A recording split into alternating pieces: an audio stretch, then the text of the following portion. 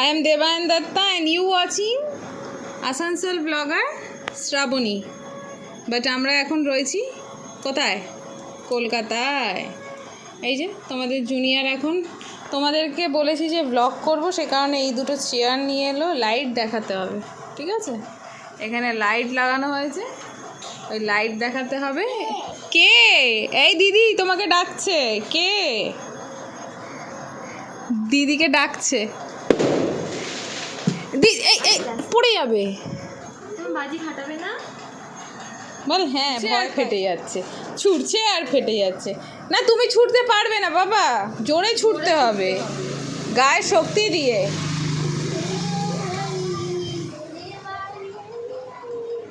Diwali I.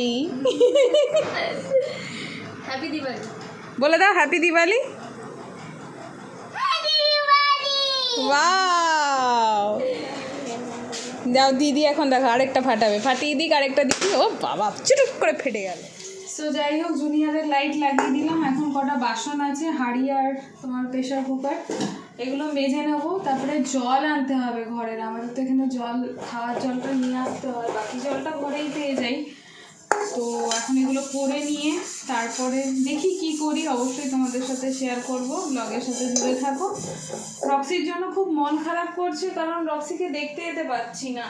আগের ব্লগে দেখলেই তো তোমাদের দাদাভাই কেমন কাঁদতে শুরু করে দিল। আর আমিও বিয়ের পর থেকে রক্সির সাথে এমনভাবে জড়িত আর কি, জুনিয়রের হওয়ার পর থেকে রক্সিকে আমি ঠিক করে দেখতে পারি না। ওর সত্যি আগের মতন যত্ন হয় না, মানে আমি তো ওকে যত্নটা বেশি করতাম বিয়ের পর থেকে, তো সেই কারণে আর কি। তো স্নান করানো, এগুলো করা। আর এখন আমরা কি বলতো, মজবুর হয়ে গেছি, আমাদেরকে কলকাতায় থাকতেই হবে জুনিয়রের জন্য, জুনিয়রের বাবার জন্য, আমার চিকিৎসার জন্য। আমি এখন ভালো, আবার হয়তো কালকে খারাপ, এই চলছে। যতক্ষণ আমার সিটি স্ক্যানটা হচ্ছে, কী জন্য হচ্ছে, আমি ডাক্তার যখন করাতে বলেছে, ইচ্ছে আছে কালকে ডাক্তার দেখাতে যাব। দেখা যাক কী হয়, দেখাতে যেতে পারি কি না। এই হয়তো ভালো আছি, আবার ধরো হঠাৎ করে ব্যথা শুরু হয়ে যাবে। ওই ব্যথার ওষুধ খেয়ে খেয়ে আমি চলছি বলতে পারো। আবার ভাবছি ব্লগিংটা শুরু করব, নাহলে মন ভালো লাগবে না গো। যতটা পারবো দেখাবো, যতটা পারবো না সেটা দেখাবো না, কারণ চলতে তো হবে। চলো সাথে থাকো, দেখতে থাকো। কালী পুজো আশা করি সকলের খুব ভালো কাটছে। সবাইকে জানাই শুভ কালী পুজো। মাকে ছাড়া সত্যি খুব মিস করছি, মানে থাক, কিছু আর বলবো না গো, ভালো লাগছে না।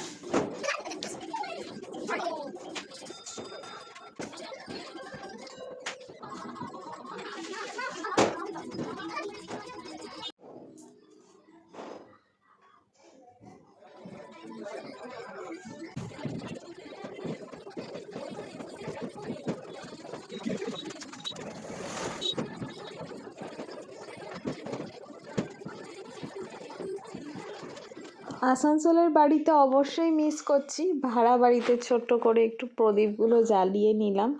আজকের দিনে ঘরে একটু বাতি দিতে হয় সে কারণে, এবং জুনিয়রও ব্যাপারটাকে এনজয় করবে। কিন্তু মন থেকে কোনো কিছুই ভালো লাগছে না। জুনিয়রের জন্য সব কিছুই ভালো লাগানোর চেষ্টা মাত্র করেই যাচ্ছি।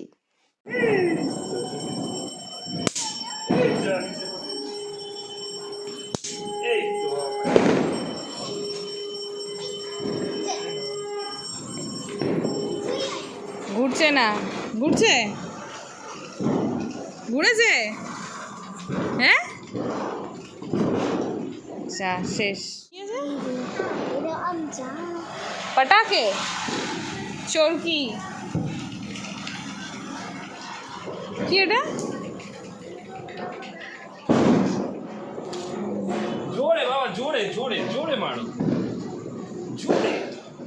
এই হচ্ছে না।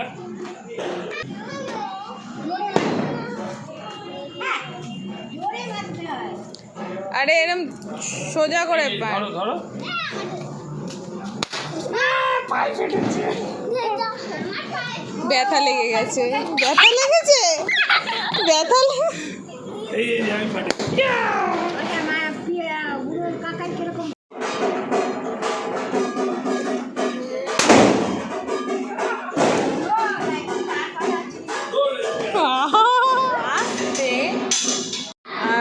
মামির বাড়িতে পুজো আছে, ওই কারণে এসছি। আর আস্তে করে খোলো খোলো।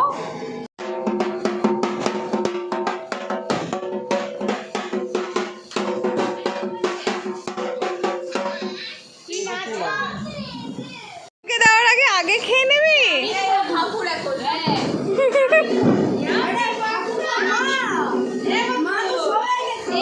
আজকে এই দুটো বাচ্চা বাজি ফাটিয়ে যতটা না আনন্দ পেয়েছে, আমার মা যেখানেই আছে জুনিয়রের দিদু আর পুচুমার বউ এত আনন্দ পাচ্ছে সেটা বলার বাইরে। কারণ মা সবসময় পুচুমার পিছনে লাগতো, মানে ওকে ভালোবাসতো, সেই কারণে ওর সাথে মজা করতো। আর জুনিয়রকে তো 24 ঘন্টা মানে কলকাতায় এলে চোখের আড়াল মা করতে পারতো না। সে কারণে আমি এবং আমার দাদা, আমার বর, আমার বৌদি, আমার ঘরের যত মেম্বার আছে, আমার দিদি, আমার মামি, আমার পাড়া প্রতিবেশী, যেই মামির বাড়িতে পুজো হচ্ছে, সবাই একটাই চেষ্টা করি জুনিয়রকে, পুচুমাকে, সবাইকে আনন্দতে রাখতে এবং সবাই আনন্দতে থাকতে। এতে মা হয়তো কোনো জায়গা না কোনো জায়গা থেকে দেখছে এবং সেখান থেকে একটু হলেও খুশি হচ্ছে। কারণ কি বলবো, নাতি নাতনিদের খুশি হচ্ছে আসল খুশি দিদার, দাদুর, যারই বলতে পারো। তো কালী পুজোর দিন আমার এই মামির বাড়িতে কালী পুজো হয়, কালী পুজো প্রতিষ্ঠিত রয়েছে, মায়ের পুজো হয়। তো সেখানেই আমি আর জুনিয়র এসছি। জুনিয়রের বাবা তো এখনও অবধি ফেরেনি, ফিরবে তারপরে, মানে ট্রেনে আছে, ফিরবে। তো এখন আমরা একটু চলে এসেছি এখানে ঘুরু করতে। তো মন্দিরে কেমন লাগছে তোমাদের, মানে এটা বাড়ি, কোনো মন্দির ওরমভাবে বলবো না, বাড়িরই পুজো, কেমন লাগছে অবশ্যই কিন্তু কমেন্ট বক্সে জানিও। দেখো সবাই বলছে জুনিয়র দেখবে। এটা কে বাবা? রক্সি দিদি। ও রক্সি দিদির শরীর খারাপ, ভালো। ও রক্সি দিদির শরীর খারাপ, ও রক্সি দিদির শরীর খারাপ। এতটা জুনিয়রের চামেমির বাড়ির পুজো দেখা কমপ্লিট। এখন একটু এসছে দিদুর বাড়িতে। দিদুর বাড়িতে একদম ফাঁকা, দিদু ছাড়া সবসময় আমার ঢুকলে পরে এটাই লাগে মনে যে মা নেই, সেই গম গম আওয়াজটাই আর নেই। যাই হোক, এখন আমরা বাড়িতে যাব, তারপরে দুজনে মিলে ঘুমিয়ে পড়বো। তো এই যে গাইস, জুনিয়র আর আমি, আমাদের জীবনটা এইরকমই।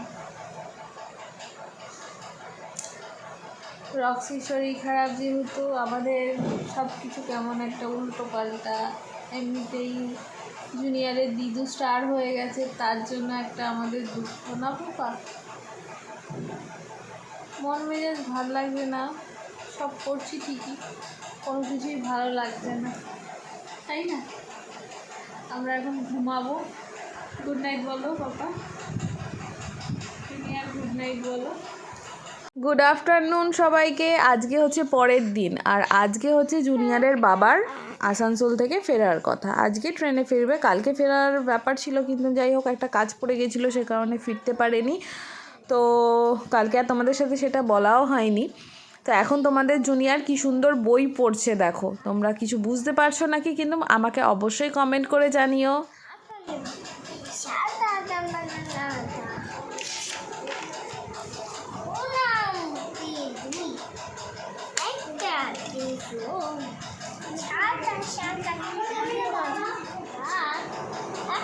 ছিল ছাগল, ওই ওপরে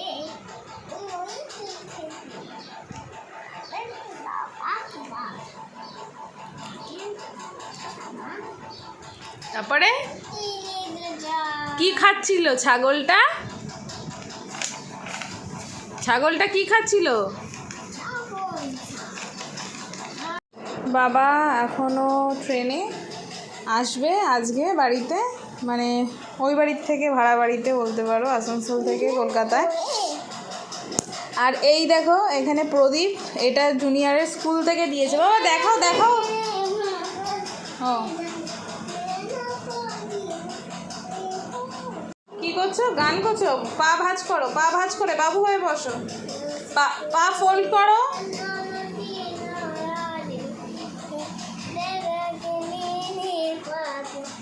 পুজো করতে শুরু করে দিয়েছে, আর এখন এইগুলো একটু ফাটাবো আমরা। না না না, এই তো উফ, আরে এই তো এখান থেকেই বার করেছি, প্যাকেটের থেকে না, এখান থেকেই বার করেছি। এই তো এখানে আছে, আমার হাতে একটা আছে তো। নাও ধরো, নিচে নামো। Jingle, jingle, everybody jingle, jingle,